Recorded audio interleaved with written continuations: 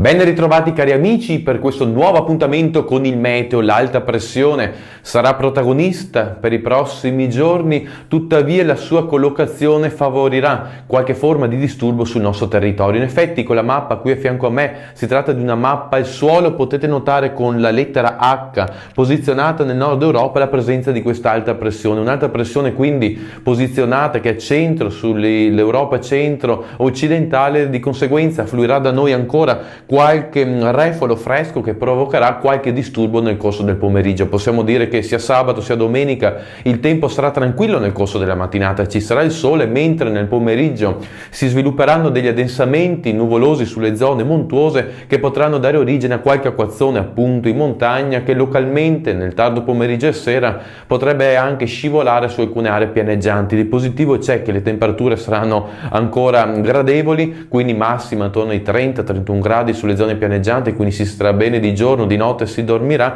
e anche la prossima settimana sarà caratterizzata dalla presenza di questa alta pressione con temperature in lieve aumento ma senza raggiungere picchi di un certo tipo. Per ora è tutto, ci sentiamo nel prossimo appuntamento.